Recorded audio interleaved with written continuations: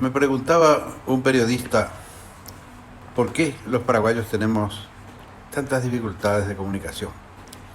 Y a modo de respuesta le tuve que decir porque no se administra correctamente nuestro bilingüismo. Nosotros somos un país de dos lenguas, siempre hemos sido, y nunca se administró correctamente el contacto y el entrevero de esas dos lenguas. El sistema educativo nunca intentó, porque lo que hizo antes de ahora fue tratar de marginar al guaraní y de adelantar al castellano. Y no tuvo éxito. No tuvo éxito porque el castellano empezó a enseñarse de una manera equivocada. Los profesores paraguayos de los años 20 adhirieron a la escuela de Andrés Bello. La escuela de Andrés Bello se apartó de la Academia de la Lengua Española, de la Real, y finalmente se produjo un divorcio muy largo, de más de 100 años, y un desvío, un desviacionismo. Y sobre todo porque esa gramática bellista nunca se acercó a la lingüística. Y una gramática que no se acerca a la lingüística es una gramática que siempre va a tener dificultades, defectos y escaso fruto. El caso es aquí que enseñaron un castellano que dicen ser castizo, que ese es el nombre, ¿no? Y cuando uno indaga qué es el castellano castizo, dónde se habla, nos dicen que se habla en Madrid, pero no es verdad, porque en Madrid se habla el dialecto madrileño y nadie le llama a eso castizo. Bueno, pero de todas maneras nos enseñaron a conjugar el yo, tú, él, sin que el Paraguay sea un país tuteante, sino voceante, junto con Argentina y Uruguay.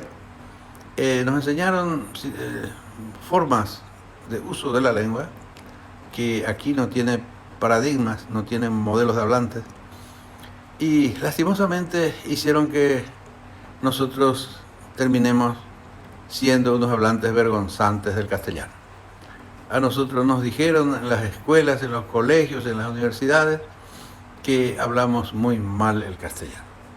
Cuando en realidad no es que hablamos mal, nosotros hablamos un castellano distinto, diferente de todos los castellanos del mundo, y se llama lingüísticamente el castellano paraguayo, que tiene una identidad propia, que tiene una personalidad propia, y distinta y distintiva, y que nos distingue muy bien a los paraguayos. Entonces, eso hace que nosotros seamos unos hablantes vergonzantes, y allí ya empezó el trauma psicolingüístico que padecemos los paraguayos. Y para desgracia, pasó igual o cosa parecida con el idioma guaraní, que después de estar durante 4 siglos al margen de la escuela, del colegio, de la universidad, al margen de todo el sistema educativo, ingresó a la escuela en el siglo pasado de la mano del doctor de Cula Rosa con un dialecto equivocado. Un dialecto que nadie habla en el Paraguay, un léxico creado en las aulas, creado en gabinete. Y ese guaraní ha hecho también que el guaraní hablante se convierta también en hablante vergonzante. Porque los mboejara van y le dicen: desde eveima la guaraní me don Pedro, ñande ñañe eveima voy la guaraní, ñande yo parante malañaña, jabuenos apenas con an serombo etamba epa la guaraniete, a nivel de la pelota, de la vaca pipopo, a nivel erete la tele, peaya ena tangambiri, a nivel de hora, peaya ena arabo, a nivel erete año, peaya ena areja, ñaneñe tepe, ñañe, en fin, le da a entender al hablante nativo que él es un ignorante de su propio idioma y que el boejara le está llevando el guaraní verdadero, que es un guaraní inventado en las aulas. Con ese dialecto miserable ingresa al sistema educativo y no sirvió para nada en los últimos 40 años que el Estado paraguayo le dedicó muchos recursos. Esa enseñanza del guaraní no dio frutos, no dio resultados, no produjo buenos hablantes del guaraní. Nadie aprendió realmente a hablar guaraní en el sistema educativo paraguayo.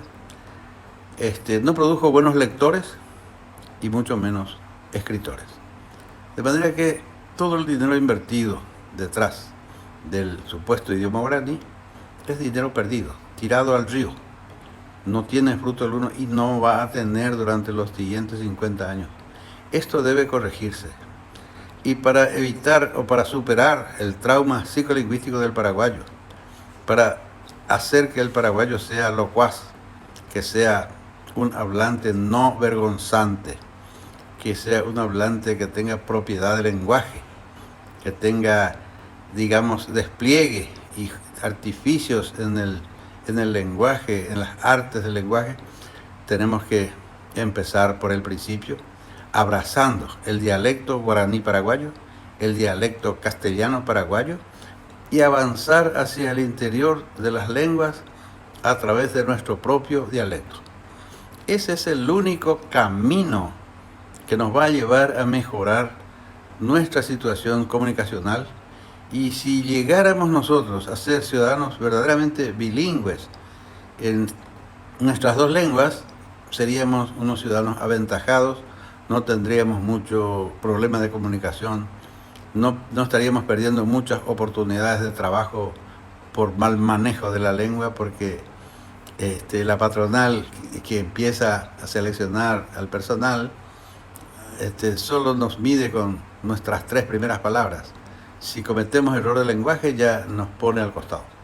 De manera que es mucho el perjuicio causado al paraguayo por el sistema educativo nacional.